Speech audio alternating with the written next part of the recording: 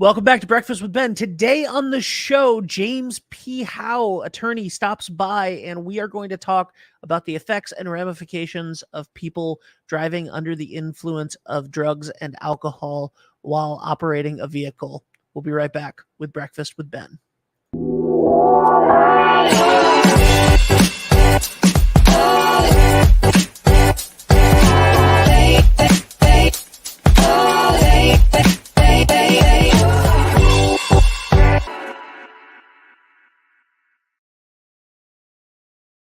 Jim, welcome back to the show. Thank you so much for being here. Always fun to get to talk to you and hang out for a little bit. Well, thanks, Ben. It's the same here. Glad to see you, and glad to join you for another Breakfast with Ben. I heard. Yeah, Oh, heard sorry. your Go ahead. intro. I'm sorry, I heard your introduction, and yeah, we'd like to talk a bit about the incidents of people driving while under the influence of drugs or alcohol. It's something that I think everyone is familiar with as far as its illegality. But I wanted to bring to some people's attention of what happens when people do it, and what happens not only when they get prosecuted criminally, but also when there's an incident of a collision with another vehicle and someone is injured in those. Yes, absolutely. And I figure I should probably start out this episode by saying, it affects many people in some way or another, and I feel like most people, if it hasn't affected you in some way, you know someone that has been affected by a DUI situation, whether you know somebody who received the DUI or somebody who tragically got injured by a drunk driver, was a drunk driver. My sister, when I was 9 years old, my sister was 17, and she actually lost her life in a drunk driving accident. She was a passenger in the car of teenagers who were drinking. So this subject means a lot to me in a negative way, and I think that it's really important to let people know what the ramifications are legally and otherwise every time that you get behind a wheel or someone else gets behind a wheel. So, what are some of the aspects of that we're going to be talking about today, Jim? Well, I did not know that, Ben, and obviously I'm very sorry to have heard that. But I think that speaks to how important it is for people to be aware of either their operation of a vehicle or getting in a vehicle that's being operated by someone else. It's if you think in terms of throwing a rock in the middle of a pond, and you see that there are circles that move out from where that rock hit the water. It sort of gives you a visual of the effect that these incidents can have on people. How often do we hear of a circumstance where someone is charged with injuring or even taking the life of someone else? Their life is ruined to a great degree. Certainly, the life of the person who's injured or killed is affected deeply and ruined. And then, of course, you have families, you have the children involved. So the act of not really paying attention to how much you've had to drink can have such serious ramifications that when the person gets behind the wheel, I think they have no idea of. And you'd say if you had an opportunity to speak to them and explain to them this, all it would take would be a simple phone call to a family, a friend, an Uber ride, what have you. If you had a chance to speak to them, I think very often people would say, okay, right, you're right. I've had that extra beer or whatnot. But what does happen so often is that inhibitions are, kind of lessened, right? After a drink or two. And maybe the risk taking takes over. Or so often it's like, people get behind the wheel and think, I can drive. I'm fine. I've only had a couple. And what happens is, and this I've heard from countless people, I've represented many people who've been charged with that criminal offense, or in the case of a refusal, a civil offense. The fact is that you you get behind the wheel. You've just maybe walked out of the party you were at, or the restaurant you were at, and you get behind the wheel and everything's fine. And then you're driving for just a little while, and the effects of alcohol on the human brain and the functioning of the human brain, our reaction time, our mechanical skills are very subtle. And you get behind the wheel of a vehicle or get behind the wheel of a boat, and you have such power at your disposal that these subtle impacts, sometimes more dramatic, but usually they're very subtle, really question or raise questions of a person's ability to operate a vehicle. So the impacts are great, and the effect of alcohol or drugs on a person's ability to operate a motor vehicle are significant. You know, Typically, how many drinks, excuse me, does it take to reach the legal limit of 0.8 blood alcohol level? well, that's a good question. A number of factors come into effect. The alcohol content of what you're drinking. Beer and wine tends to be less than hard liquor. Although with certain beers, you see the APV is listed on beer cans or on menus. You can see some beers are certainly higher in alcohol content. So it does depend on that. It also depends on the size of the individual, and also oftentimes when they've eaten relative to when they drank. But alcohol absorbs into the bloodstream relatively quickly, and the ability of breathalyzers to detect that 0.08 standard is better than it's ever been. The machines are better. There have been, we've attacked as lawyers who represent people in these situations. You attack oftentimes how the machine maybe operated or technically was, but they've continued to improve the technology. I think what also has improved is the ability of rank and file police officers to administer these tests better. But to get to people have asked me that question all the time. I would suggest that an average sized person with an average exposure to alcohol, so it's something that they do on a fairly regular basis. Probably about 2 beers or 2 glasses of wine will get you well north of 0.08.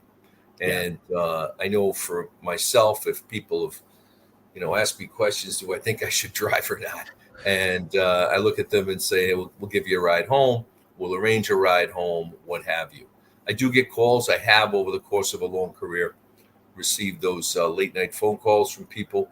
And of course, the question is, should I or should I not take this breathalyzer? I've gotten to the point now where I'll ask some of the questions on the topics that I've just discussed. And then usually I'm really listening to the person. There's a thickness of tongue, right? People tend to slur words after they've had some drinks.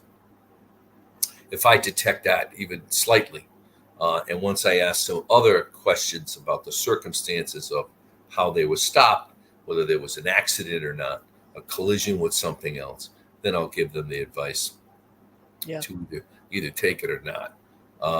There's a lot of kind of armchair lawyers out there that say you should never take it, or you should always take it, or whatnot. It's a very fact-intensive decision to make. If you get a chance to talk to an attorney before you have to make that decision, all the better. But if you want to stay out of that, well, know that you've had a little too much to drink. It's very interesting. A number of years ago, I traveled to Ireland and with family, and I got the opportunity to play golf on classic Irish. And I had a young man who was my caddied for 2 golfers. So young strapping guy, and afterwards he said to me he would meet me because he'd give him a tip and have a good conversation afterwards, and would meet me in the bar. And we sat down. He was probably 25 or so, and I was going to have a Guinness, and I asked him if he would like one, and he said, "Oh no, sir, not at all." He said, "I'm driving," and I said, "Okay, fine." So then we started talking about it, and Irish people, of course, you think of Irish people and say, okay, they like a taste of the tea. But at the end of the day, in Ireland, you talk to anybody. If I'm driving, no drinking, Yeah. zero, nothing. If I do have a drink, I'm not driving it. I'm not getting behind the wheel. The laws in Ireland are extremely strict. Lifetime driving ban. You hear that in other countries, certainly also in Europe. So that's kind of the way it is there. And I never forgot what he said. So I know myself, I try to be very careful, and I give that advice to people regularly. And like you said, it affects everyone differently. And there are a number of factors. And like you said, an average size person with an average amount of alcohol. I am not an average size person, right? I'm a larger guy. That does not help me when it comes to and I see that a lot of people think that, right? A lot of people think like, oh, I'm a bigger guy. I lift weights. I have more muscle. I have I'm a more muscular tone, or I'm larger, or I got a beer belly, whatever it is. I can have a few more than is recommended, and I'm fine, because that, for me, that's not the case at all. And even when right now, I haven't had a drink in God knows how long. Um, but so my tolerance would be way low. But when I was going out regularly, with friends and stuff in my mid 20s and whatever, um, even if I was regularly going out and having a couple, it would affect me in a way that it didn't necessarily affect a smaller friend next to me, or whatever it may be. So people's tolerance and the way that their body interacts with the alcohol, you don't really know what your and if you can get a breathalyzer and test that on yourself, great, to know where your limit is. But it is always better to, if you've had more than one, don't drive. What are some of the legal ramifications? Because obviously, like, you have the horror stories that everybody tries to get that they try to scare you with, right? Which is absolutely true. If you get behind of the wheel impaired, you could take the life of an innocent person. And You can take the life of an innocent person and go to jail and for a and long and if period you of time. but even if you don't take the life of an innocent person, right? And even if you're not like, my sister was 17. She was in a car full of 17-year-olds. They were all drinking. They were passing around a bottle. They missed a stop sign. And my sister was the only one that passed away that night. But you know, I I view that as she was as responsible as the driver, right? In that instance. Um but the elderly couple that they ran into in the intersection, I think about that all the time. I was 9 years old at the time. You know what I mean? It's almost 30 years ago at this point. But like, when it's not even that, right? It's not even that. If you're 17, 18, under 21, and you're drinking and you get pulled over, you are in a legal hellstorm, right? No question. And then if you're over 21 and you get pulled over in a DUI, even if the horror story, right? Because when we tell people, like, you could take the life of an innocent person, you could ruin your own life, that, for whatever reason, isn't always preventing people, because of the hubris of, that's not going to happen to me. I can control it. I know what I'm doing. I'm not gonna be reckless. Those people are reckless. Those people had way more than I did, right? But literally, just the legal ramifications of getting a DUI or a DWI or whatever it may be. What are those like for people that didn't even get into incidents, just got pulled over and were well Sure. above the legal limit? Oh, that's just what you might refer to as a simple DUI. Okay. Um, First off, so 18 and over, you're treated as an adult. So if you're 18 or older and you get a DUI charge, you're going to be prosecuted in the district court in the first instance in the state of Rhode Island. You've got a choice to either take a breathalyzer or not. If you refuse, you'll be charged with what we commonly call a refusal. In the first instance, a refusal is a civil wrong, a civil violation. If you have repeated refusals, it becomes a misdemeanor.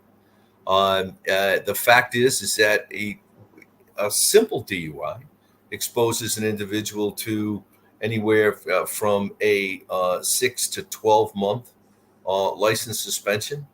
In the first instance, you can get, it's a misdemeanor. You could go to jail in the first instance, which doesn't happen often without, some other extenuating circumstances.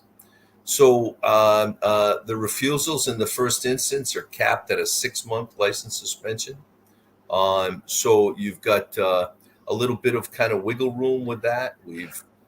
It doesn't. It also allows, the law does allow for people to have an ignition interlock installed in their vehicles, which is a device by which it's almost having a breathalyzer in your car.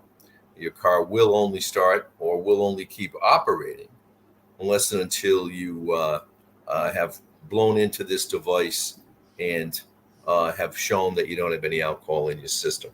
So even the very base charge, what I would again refer to as sort of a simple DUI, has significant legal consequences because it affects your ability to operate a vehicle, which affects your ability to get to work, which affects your ability to get your kids to school if that's what happens.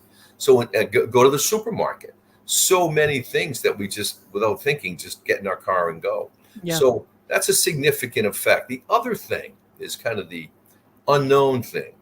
The fines and costs in the first instance are not ridiculous, but the effect on your driving insurance, your auto insurance, is significant. Okay. Clients of mine I know have been dropped by their insurance carrier, or when they next came up for renewal, saw a significant increase. Okay. Maybe a non-renewal from their current insurer to now you could jump into, and you're going to go and reapply for insurance. And one of the early questions they ask you, have you ever had an alcohol related offense? So there are so many ramifications when it's the type of thing that can be prevented. If you say to yourself before you go out, am I going to drink tonight? Okay. What am I going to do if I have that second drink? And what happens so often is, a party, a wedding, something like that, where there might be some drinking over a long period of time.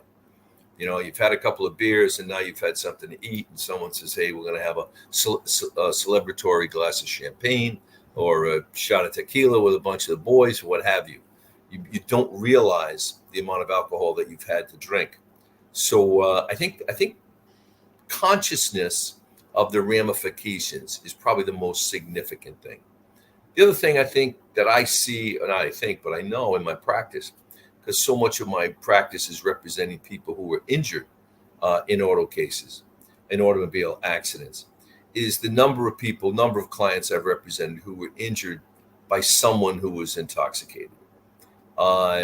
The advice I give people really is the same. If you've been injured, make sure you make a proper statement to the police if you're able to. If you can't do that at some point thereafter, I've had many clients of mine who've prepared statements afterwards, so we get that to an investigating officer on making sure that anything that you would do to protect yourself at the moment an accident occurs, staying with your vehicle, moving off to the side so it's not dangerous, staying with your vehicle, speaking to the police, being clear and succinct, seeking medical attention. All those things apply to almost any type of accident. But what I have found is that people who are victimized by an impaired driver carries kind of an additional level of anger and anxiety, because it's more than just an accident, right? It's an intentional act. You get behind the wheel after you've had too much to drink, or you ingested some kind of drug, and your ability to operate a vehicle is impaired.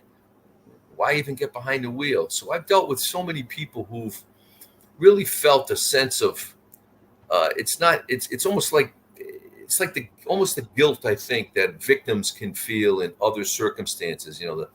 For Stockholm syndrome, you hear about that when people are taken hostage. There's some of that's at play, and that gets back to that expanding circle I was talking about before. What are some of the, like, is it true, for example, this is something that I've heard a lot, and I actually had a relative, I think, that experienced this, or a relative of a relative. Um, it affects travel as well, right? Like, you're not allowed into Canada, for example, if you have a recent DUI on your record. It's interesting you say that, because I didn't really think of that as a ramification until it happened to a client of mine about 2 years ago, Yeah. who said they couldn't travel into Canada because they had a recent DUI conviction, and so that was news to me at the time. The other thing, well, even maybe more practical, is the fact that if you're under a charge or a sentence associated with a misdemeanor in the state of Rhode Island, you can't travel outside the state without court permission. So if you do receive, say, even a probation, which happens more and more with our courts, of the misdemeanor variety, or the DUI, I should say, which is a misdemeanor, we're seeing that sentence more. Before you can leave the state, you need permission, and you either get it from a probation officer if you receive probation, or from the court. While a case is pending, you need permission. So it's just another one of those impacts. And when you live in our community, right? Like, if you live down here on the South Coast, you're right next to Connecticut, and that can be something where, you say you, like, go to Dairy Queen or something, and you're literally just over the line in Connecticut, and you get pulled over for that taillight being out or something like that, and now all of a sudden you're technically over state lines without thinking about it, because if you've lived in Westerly your entire life, you're on the river, and you just go in and out of Connecticut 5 times a day without even thinking about it. Those are things that, and then courts don't like that, right? What happens is there are different, the law in Connecticut's different than Rhode Island. You can be prevented from, someone I've represented people in the Westerly area for years, that have run into that. They lose their privilege to operate. A Connecticut person who gets stopped in Rhode Island, a Rhode Island court can't suspend a Connecticut license, doesn't have the jurisdiction to do that. However, they can suspend your ability to operate in the state of Rhode Island. So someone, okay, I live in Pawcatuck, but I work in Westerly, can't drive in Westerly. Can drive in Connecticut until the reciprocity kicks in, the notification to the state of Connecticut occurs, and then Connecticut will suspend you. Massachusetts does the same thing. The states do communicate these things. So it's vitally important that you keep it in mind that it's a dangerous thing you're doing. And then some of the nicest people that I've ever represented found themselves in that situation. And there's tremendous regret, there's tremendous cost, there's tremendous effect on themselves and others.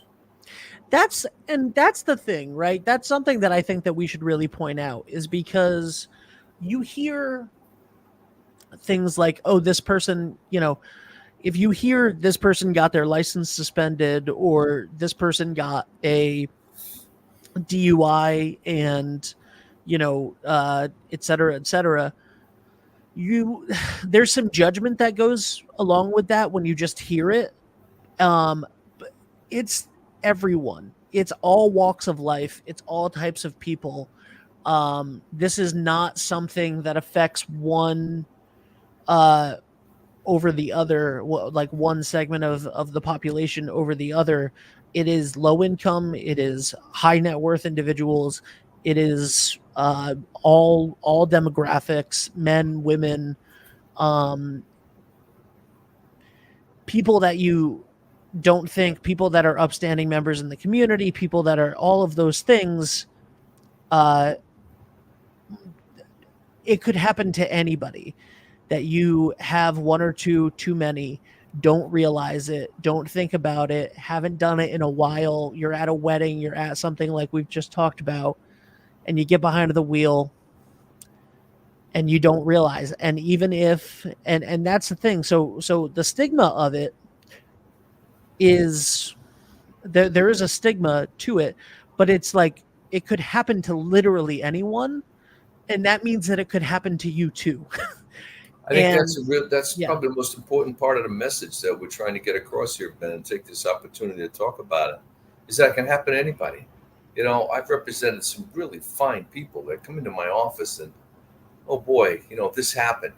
I've represented really fine people who come into the office like I was victimized by a drunk driver, and they even know, when they're the ones who are injured. There can be a lot of anger, a lot of anxiety associated with it.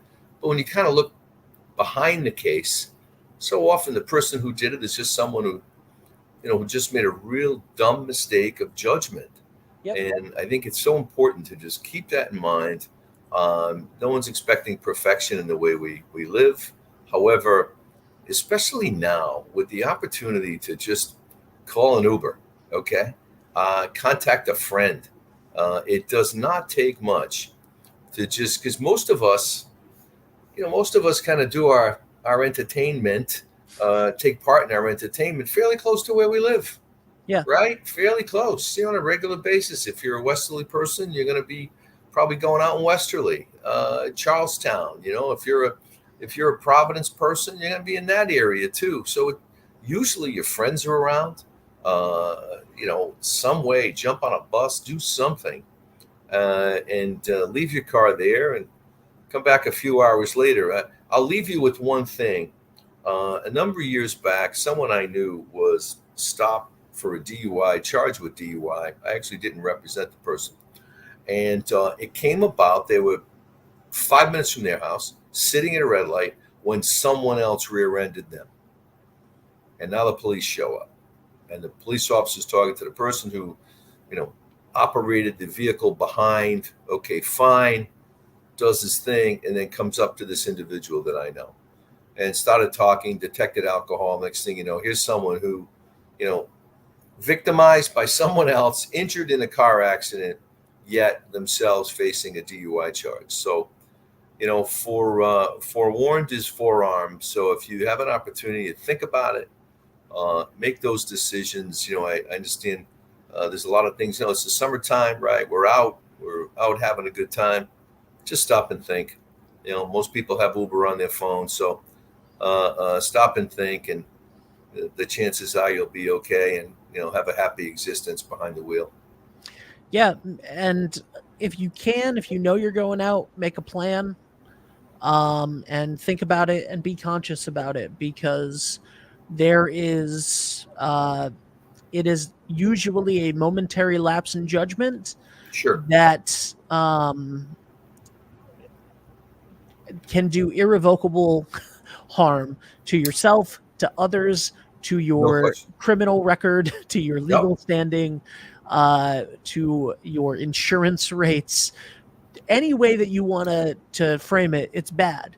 Yeah, And it really can have a bad impact on your life. I just want to, being a lawyer and always trying to be as accurate as I can. I just wanted to correct one thing we were talking about, which is the penalties for refusal in a DUI. DUI in the first instance, you can have a license suspension as low as 3 months up to 12. Refusal, it's anywhere from 6 to 12 months. And then, of course, a second offense, refusal becomes a misdemeanor, and everything gets what we have in Rhode Island is graduated penalties. So you get a first offense, that's your lowest one. Second offense, things become more significant. Third and subsequent, it gets real significant. So the best thing you can do is, just think about it before you do, and have a good time behind the wheel, yeah, and enjoy your summer, right? absolutely. Safety first, and enjoy yourself. Yeah, absolutely. Thank you so much, Jim. This has been a wealth of information as always. You are incredible to talk to, and you are there for the underdog. You're there for people that have been injured, people that have been affected by things like this, and so many other situations. Can you tell people a little bit about your practice and how to contact you? Sure. The office is in Wakefield on Main Street, 336 Main Street, Wakefield. Our office number is 401-788-0600. That's manned 24 hours a day.